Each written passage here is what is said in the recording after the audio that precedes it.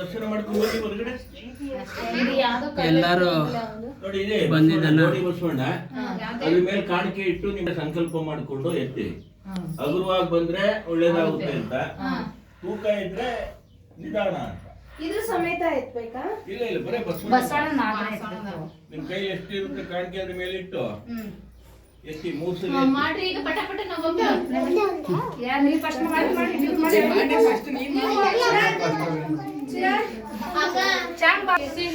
ಎಲ್ಲರೂ ಇಲ್ಲಿ ಕಲ್ಲತ್ತದಕ್ಕೆ ರೆಡಿ ಆಗ್ತಾ ಇದ್ದಾರೆ. ಆಯಿತು, ಆದಷ್ಟು ಬೇಗ ಹತ್ತನ. ಇದು ಫುಲ್ ಇಲ್ಲಿ ಏನಿಲ್ಲ, ವಿಶೇಷ ಐಟ. ಒಬ್ರು ಕೂತ್ಕೋಬೋದು, ನಿಂತ್ಕೊಳಕ್ಕಂತ ಆಗಲ್ಲ. ನೋಡಿ ನಮ್ಮ ಚಿರು ನಿಂತ್ಕೊಂಡಿದ್ದಾನೆ ಅಷ್ಟೇ, ಕರೆಕ್ಟಾಗಿ ತಲೆ ಟಚ್ ಆಗುತ್ತೆ.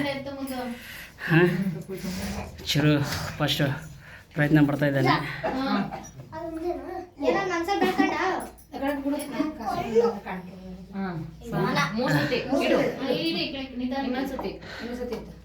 ಪೂರ್ತಿ ಇಡ್ಬೇಕು.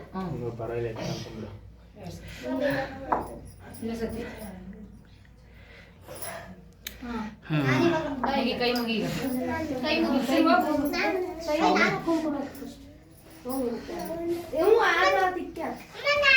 ನೀನು ಎಸಿ ಆಮೇಲೆ ಈಗ ನಮ್ಮ ಯಶು ಎತ್ತಾ ಇದ್ದಾನೆ. ಎಷ್ಟು ಆ ಕಡೆ ತಿರುಗಿ ಏನೇ ತುಂಬಾ ನನಗೆ ಅವನೇ ಫಸ್ಟ್ ಅನ್ಕೊಂಡಿದ್ದ.